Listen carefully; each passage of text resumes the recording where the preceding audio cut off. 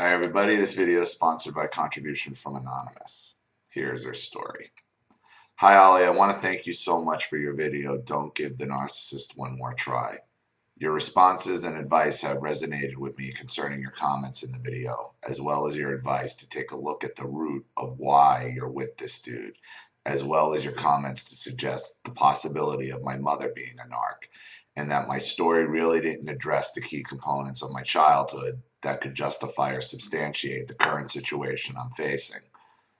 So you got me thinking, Ollie, and although this is agonizingly hard for me to write because I'm really fearful that when reading it aloud, it won't make sense to anyone trying to connect the dots.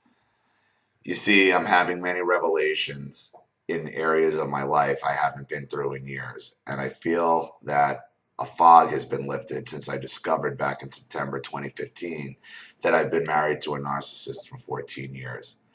It's been so emotionally draining and abusive with the long overdue divorce papers that have been filed. I'm feeling a little more strength, hope, and faith that can free me from the emotional abuse I've suffered for so many years. Just can't believe I fell for this shit and wasted so many years of my life on an empty suit. I've always put off writing anything from my childhood because I don't understand why I can't remember certain events why I can remember certain events while not remembering really significant ones. And I'm embarrassed to write things that don't make sense. I am convinced, Ollie, you're an angel in disguise, as you have forced me in challenging myself to the courage and strength to write this, as well as giving me the strength to get through these last few months of living under the same roof in separate rooms with this person.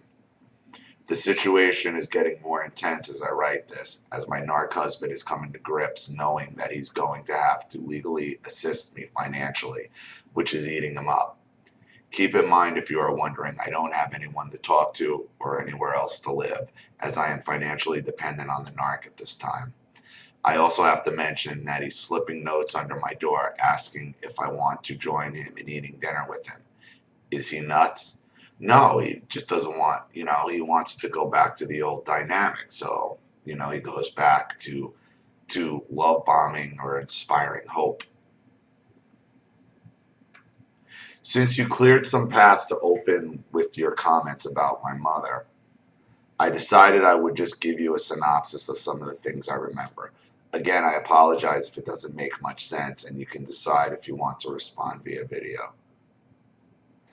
Born and raised on the West Coast, I have one sister, 3 years younger. Mother and father were born on the East Coast. Mother from upstate New York, father from Michigan. Sister is a recovering alcoholic, father a recovering alcoholic, and my grandfather, mother's side, was an alcoholic. I really don't remember much before the age of 5, but I do remember nearly drowning in a duck pond at a big family picnic. I was feeding the ducks with all my cousins, got too close and fell in. Or did I? Maybe someone pushed me, but I don't think so. I remember all of us kind of stooping low to the ground, inches from the pond, concentrating on delicately throwing those breadcrumbs to the cute little ducks. Then, bam, I rolled in the pond. Anyways, my older cousin jumped in and saved me. It was really traumatic. The pond was only about 9 feet deep, but for a 4-year-old, I remember sinking while flailing my arms and seeing floating debris. It was really scary. My mother is an only child, and I think she's a recovering alcoholic addict, as I know she drank and took diet pills along with cocaine after her and my father were divorced after I turned 18. She never told me anything about my period, sex, boobs, nothing like that. I learned about those things in a film shown in elementary school in the 5th grade. My mother was a hairstylist until I was about 7 or 8 years old. Then she became a full-time homemaker. She became unclean. She kept an unclean, disheveled home and didn't take very good care of herself. She still doesn't. There was always clutter everywhere, even under the bed. Her cooking was great. Wasn't on a consistent basis, maybe 2 to 3 times a week. I remember her always lying on the couch eating ding-dongs and watching soap operas on television until my dad came home from work. I was usually outside playing in front of the house or down the street after school. No real pressure was ever put on me to do homework or assignments from school. In fact, my mother never really encouraged me to do anything at all. It's really weird, but I don't remember my sister very much. She has a very difficult view of our upbringing as well as her personal views.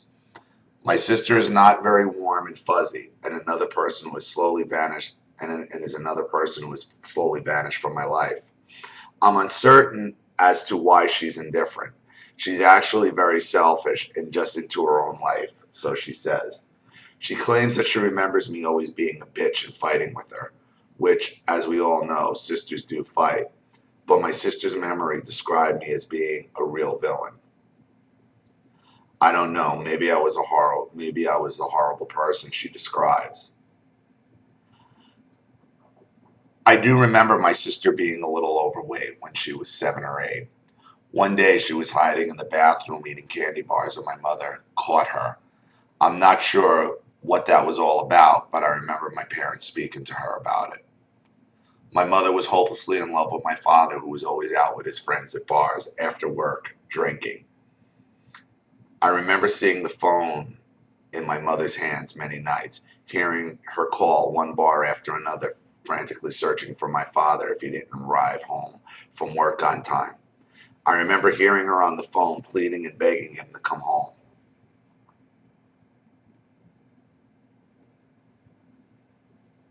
But why would he want to come home? To a dirty house, to Peggy Bundy eating ding-dongs on the couch. I find it curious that, you're dependent on your narc because you're a stay-at-home. And so is your mom, who I believe was the root of all your problems. You can't living the narcissist life isn't going to make them like you. Isn't going to make it easier. It just screws you up more and puts you in the situation you're in now.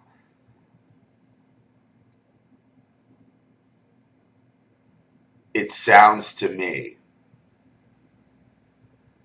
like your sister took some shit that you may not realize. That you may not realize. And maybe the reason why you don't remember certain things, because at the time you were the golden child and your sister was the black sheep, and that's why she has so much hostility towards you.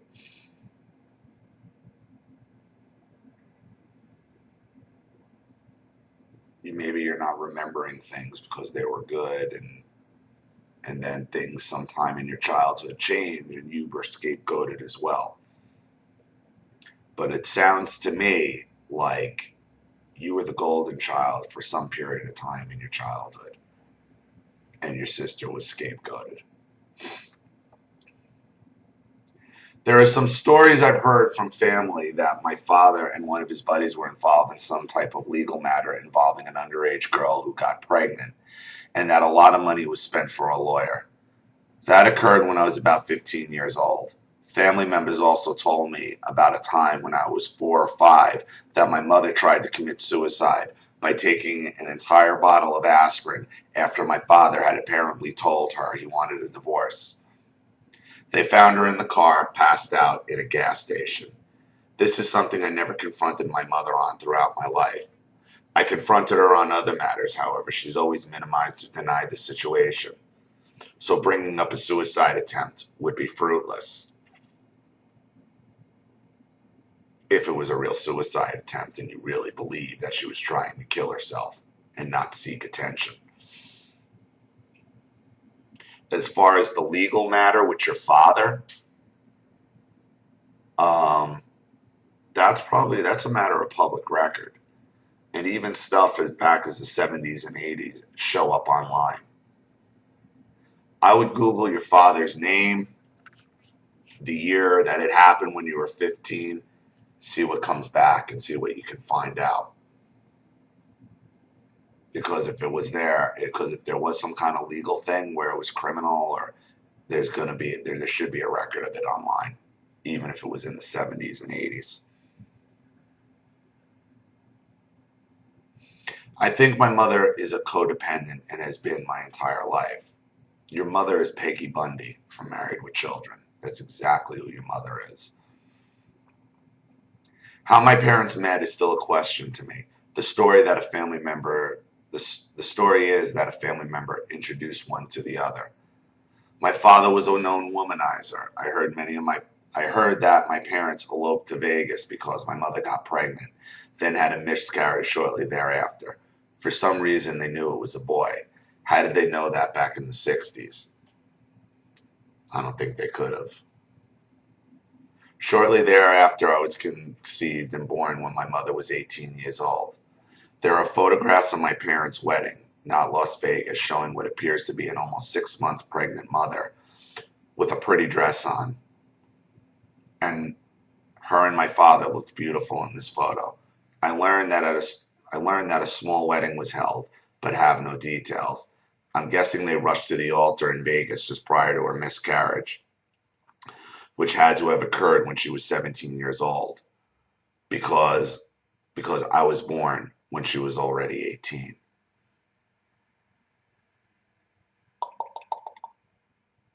If she was showing, that is awfully late to have a miscarriage. Awfully late to have a miscarriage. I question if the child wasn't either given up for adoption or taken away.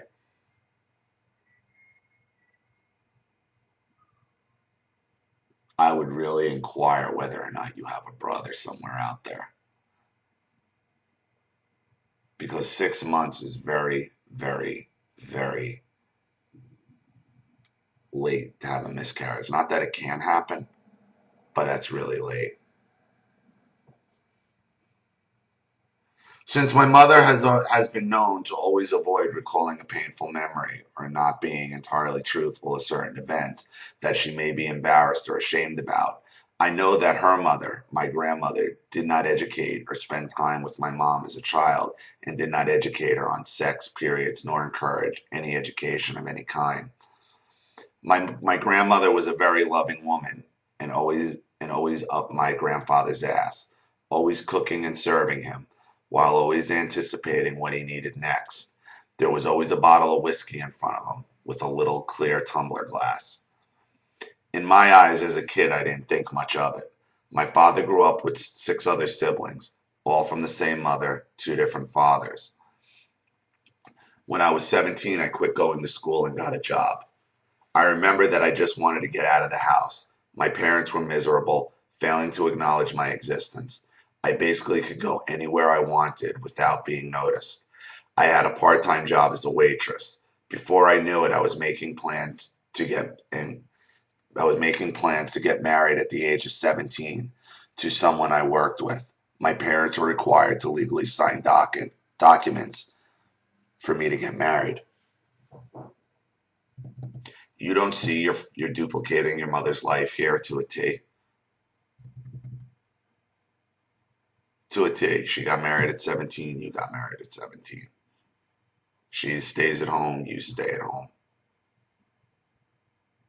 I'm sure there's more and more to this, but you see where I'm going here. You've tried to duplicate your mother's life. So at the age of 17, I had a big wedding. 3 months later, my parents' divorce was final. 6 months later, I had the marriage annulled. What a surprise. A year after that, my mother, who was a regular at the local bars after work with all her coworkers, introduced me to a friend of hers. I ended up marrying this friend of a friend about 2 years later, who is the father of my 31-year-old daughter. I divorced him when my daughter was just 2 years old. When I found out he was a drug addict, abused me physically and mentally. I then got remarried about 2 years later when my daughter was about 4 or 5 to a normal professional guy 13 years older than me, whom I divorced 8 years later. I remained a single mom until my daughter graduated high school, leaving for college 3,000 miles away. That was heartbreaking. That was a heartbreaking time as she's my only child. It's interesting how I met the narc. I had become good friends with my neighbor and her husband about a year before my daughter graduated high school. I was always the third wheel, having dinner, barbecues, watching movies with this couple. One day, it was my friend's husband's birthday. They wanted me to join them for a night out to celebrate and invite a friend of theirs whom they believed was a nice guy. I hesitated at first. My girlfriend said, "Come on, it's not like you're going to marry the guy." Well, it's obvious what the outcome of that was. All weird kinds of shit started happening the first year we were dating. I made bad decisions, mostly caused by stressors I can't remember. However, knowing this was the beginning of the narc unmasking himself, making situations seem uncertain, as well as making me question myself. It's important to note that this was when I first witnessed him having a rage attack. He always seemed to over-exaggerate every situation and overreacted to small things, making them bigger than they really were. It seemed like he enjoyed getting angry over anything. Just after about a year of being with the narc, I made the worst decision of my life. I quit my great job that I had for 13 years. He made any problem I had at work seem like it was unbearable and convinced me to quit. Now, I'm not saying I was a puppet, as we were and we as adults are responsible for our own behaviors. I get that. But this narc had me so convinced that things that were happening at my job were bad enough for me to quit, so I did. This is a critical time when I became financially dependent on the narc and believe this is why I'm still with the dude, as you refer to. He had a good enough job for me to go back to school and pursue a career in healthcare. Less than a year later, the housing market crashed. He lost his job and we lost our home.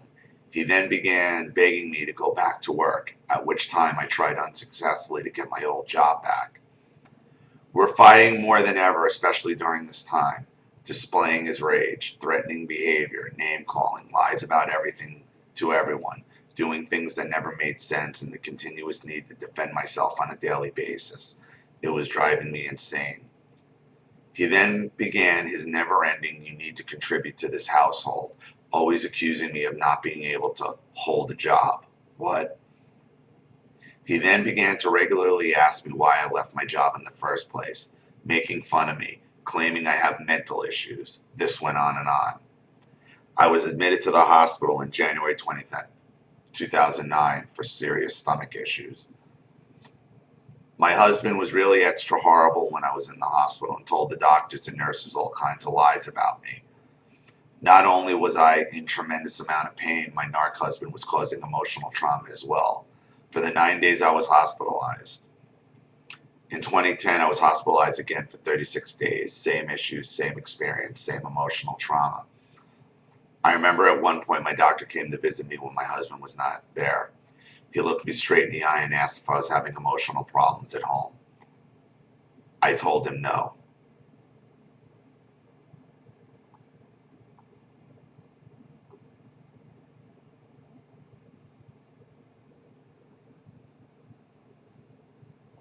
And Olive already made a video on the rest of my story. When I left the narc at my home state in 2011, then returning back home just this past August 2015. Well, in a nutshell here, this is all, again, what I suspected in the first video. This path has all been put in place by your mother.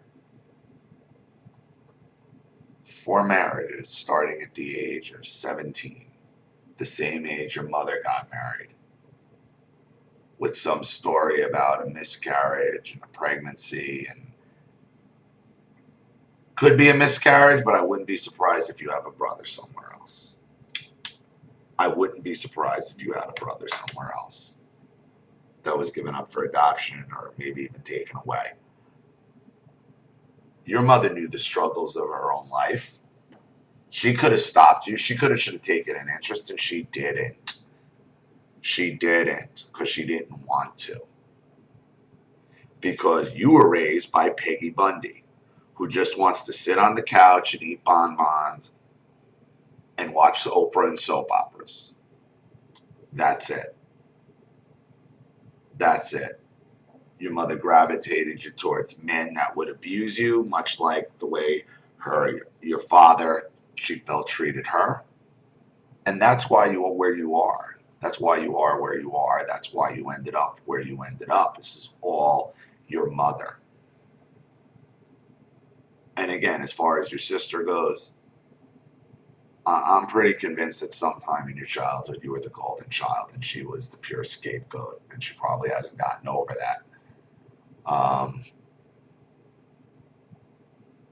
So you got to look at it. Maybe she's low to no contact with everybody based on her experiences.